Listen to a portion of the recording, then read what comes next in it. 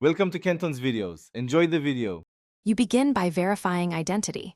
Have your UAN, current mobile number, and Aadhaar or PAN ready. Once ready, open the EPFO portal or Umeng app and go straight to the UAN member area. Do not browse elsewhere.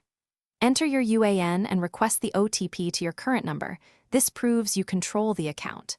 If OTP fails, try resending after 30 seconds. Make sure your browser is updated, and pop-ups are allowed so OTP and verification pages display correctly. Now you proceed to the Contact Details section and choose the Mobile Change option. Enter the new mobile number carefully because it becomes the primary contact. Once done, request OTP to that new number and complete verification immediately. If the portal asks, link or authenticate your Aadhaar to speed approval, this reduces manual intervention. Make sure names and digits match official records, then submit the request. You'll receive an acknowledgement, so note the reference number for tracking and follow any on-screen next steps.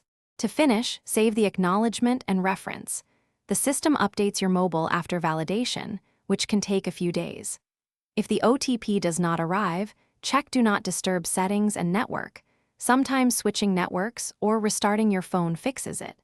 If the portal still refuses verification, ask your employer to submit a joint request or visit the EPFO facility with ID proofs. Make sure you have the acknowledgement number handy when you contact the help desk so they can locate and expedite your request.